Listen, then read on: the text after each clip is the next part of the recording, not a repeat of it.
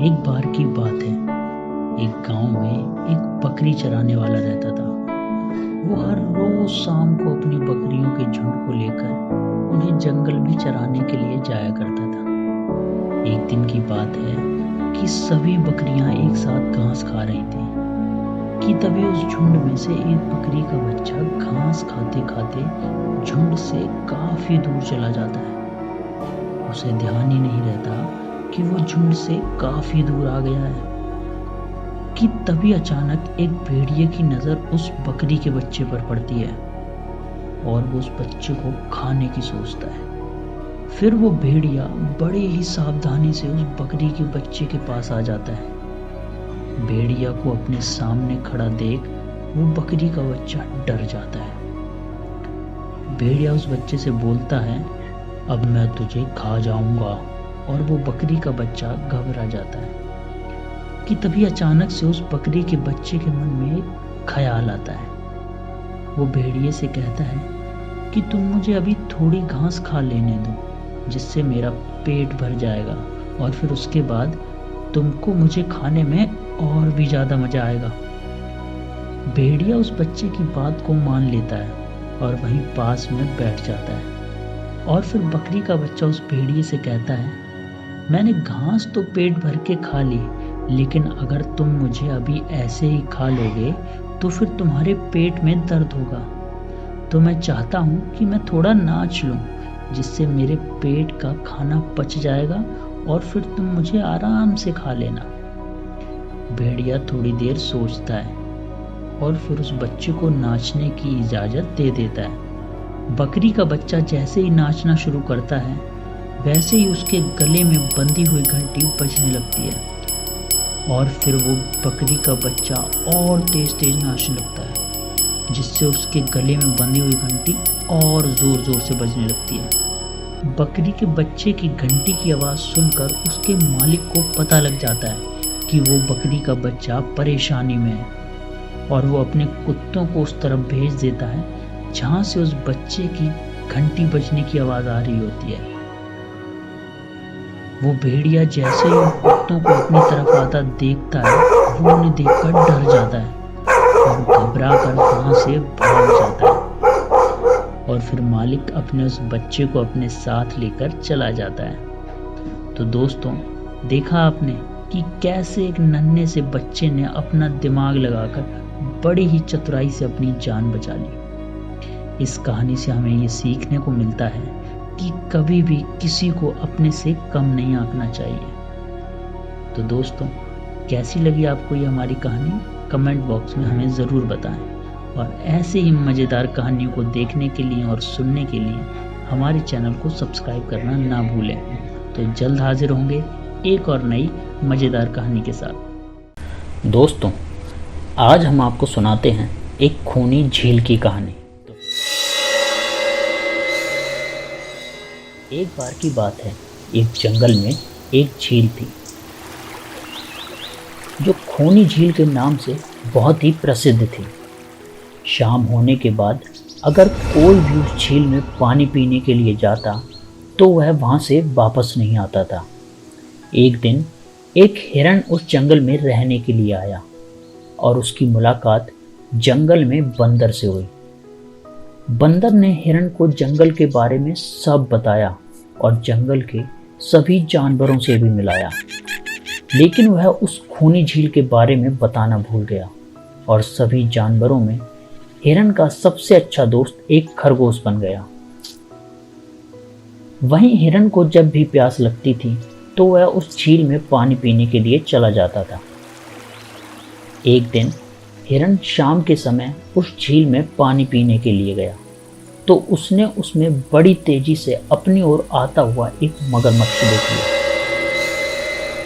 जिसे देखकर वह बहुत तेजी से जंगल की तरफ भागने लगा और भागते भागते रास्ते में उसको बंदर मिल गया।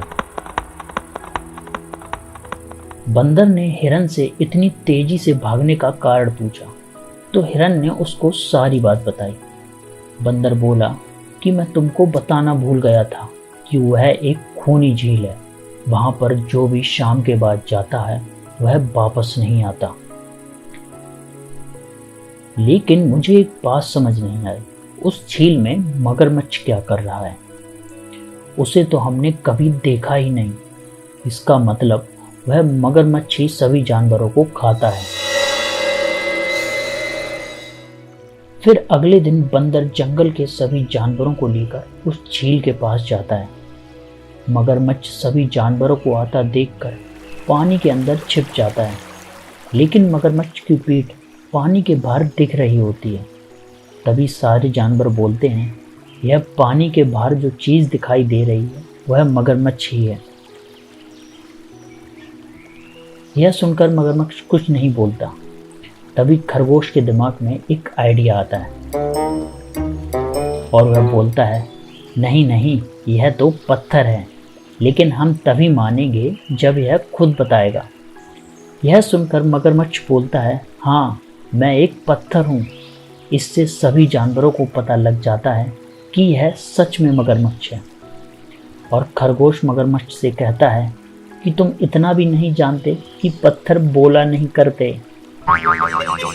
इसके बाद सभी जानवर मिलकर उस मगरमच्छ को उस झील से भगा देते हैं और सब खुशी खुशी रहने लगते हैं।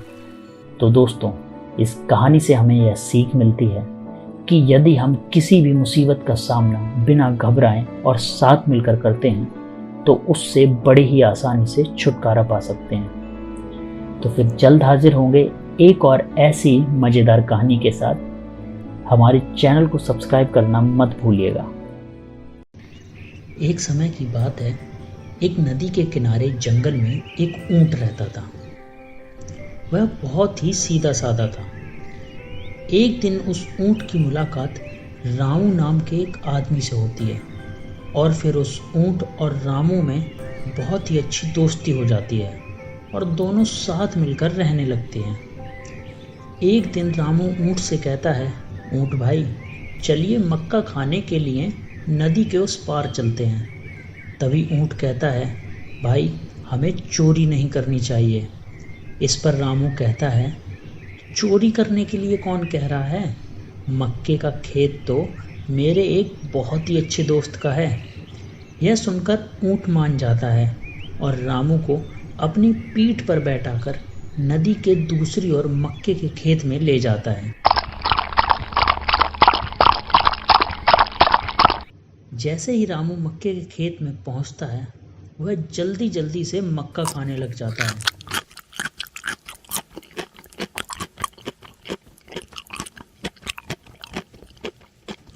और जब उसका पेट भर जाता है तो वह ऊंट से कहता है कि ऊंट भाई, अब मुझे ना जोर जोर से चिल्लाने का मन कर रहा है। यह सुनते ही ऊंट रामू से चिल्लाने के लिए मना कर देता है, लेकिन ऊंट के मना करने के बाद भी रामू जोर जोर से चिल्लाने लग जाता है।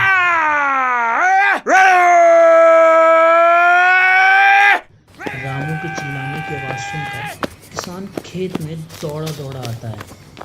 किसान को अपनी तरफ आता देख रामू तो भाग जाता है,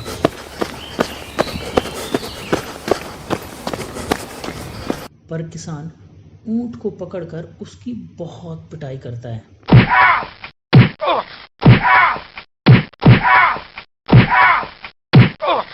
और रामू वहां से भागकर नदी के किनारे पहुंच जाता है और नदी को पार करने के लिए वहां बैठकर ऊंट का इंतजार करने लगता है।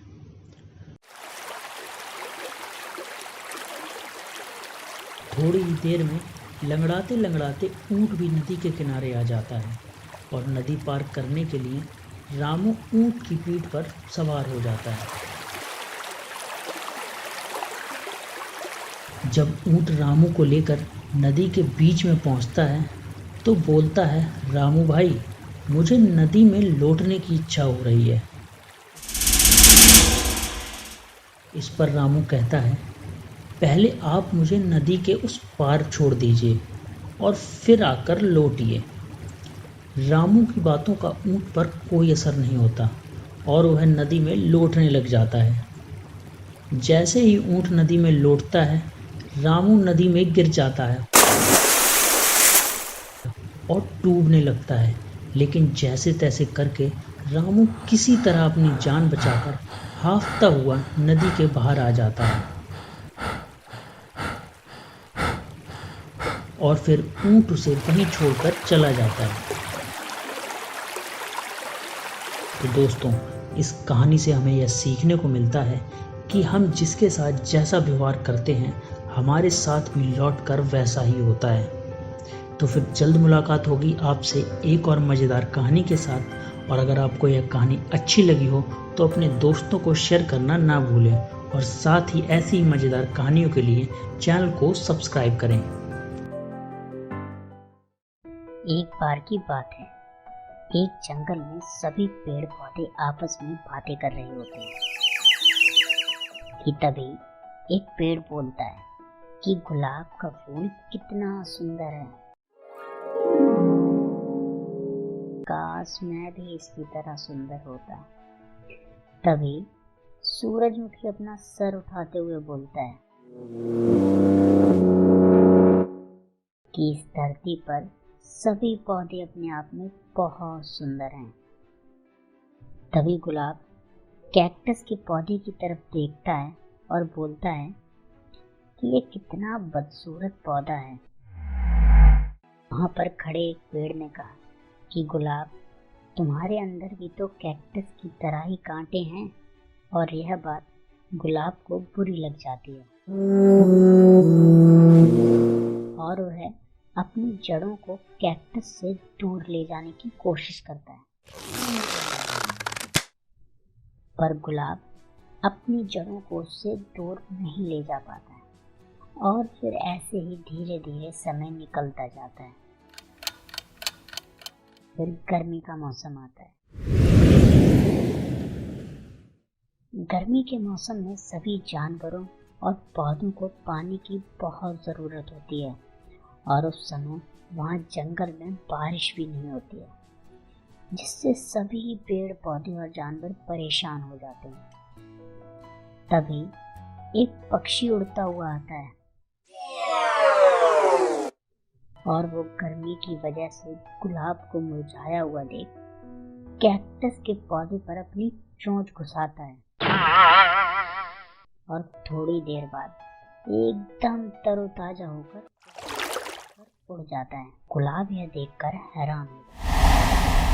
तभी पीछे से एक पेड़ गुलाब को समझाता है कि जिस पौधे को तुम बेकार बता रहे थे, आज उसी पौधे ने इस भीषण गर्मी में उस प्यासे पक्षी को अपने तने से पानी पिलाया। यह सुनकर गुलाब शर्म से अपनी नजरें झुका लेता है।